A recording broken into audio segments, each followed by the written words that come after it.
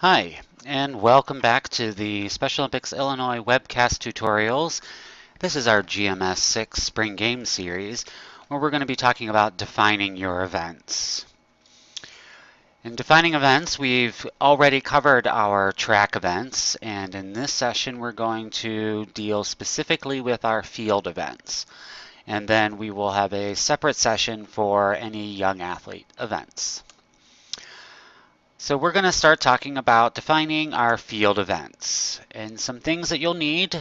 You'll just want to have a copy of your policies and procedures for reference when looking at age groups and such. So we're going to go into our GMS here, and we are in our games, our spring games here, and we're showing all of our events. Again, we've defined our 100 meter and then all of our track events.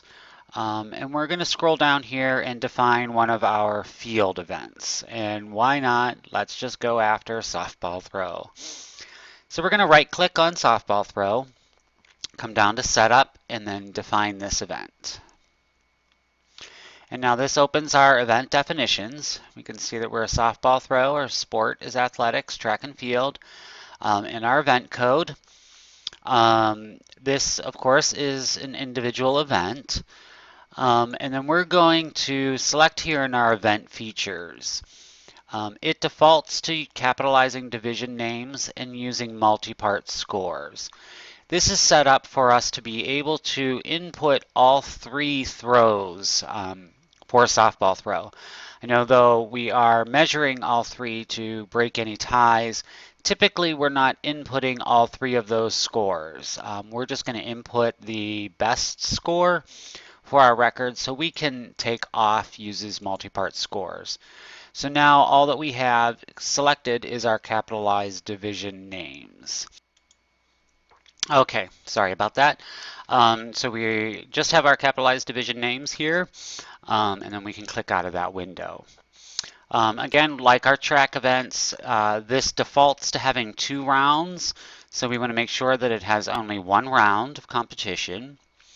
Our awards given, of course, are medals for first through third and ribbons for all others. And then we want to change our place assignment rules to don't skip places on ties. Here are listed all of our generic age groups. And again, since we now have a 50 and up age group, we're going to come in here and we're going to add an age group. And I'm just going to type 50 and click OK. And now you'll see I now have a 30 to 49 and a 50 and up age group. Just again, this is great to have started or set up in the beginning. So when you run your first round of divisioning, you can see where people are going to fall in their divisions or in their age groups and figure out how you want to combine if you need to. So we'll go ahead and save that.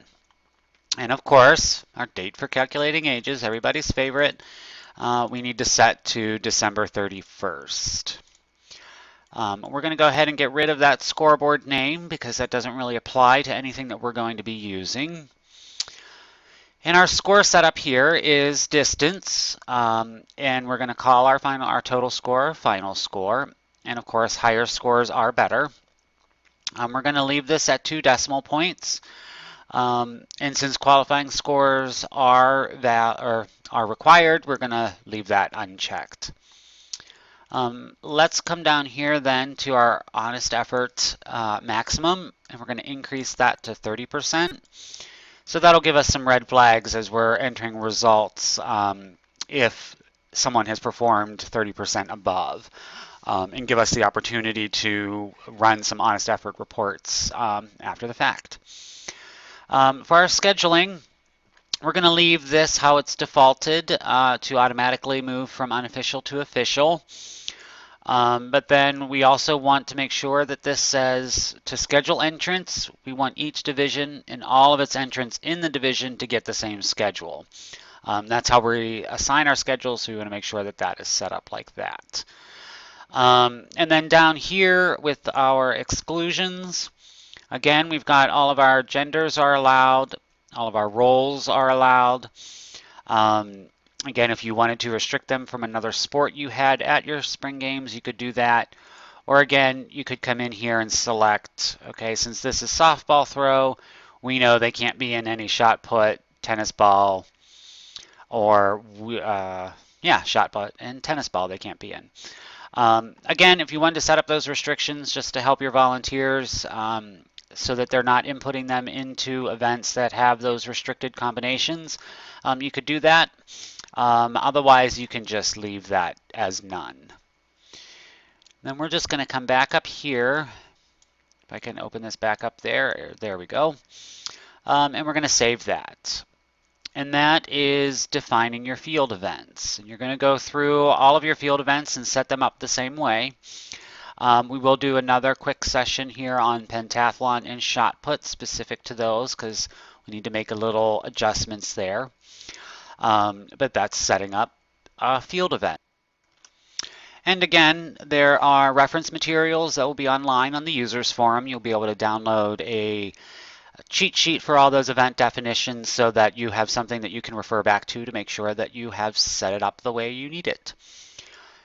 Thank you very much. I hope again this is helpful, and we'll see you in the next session.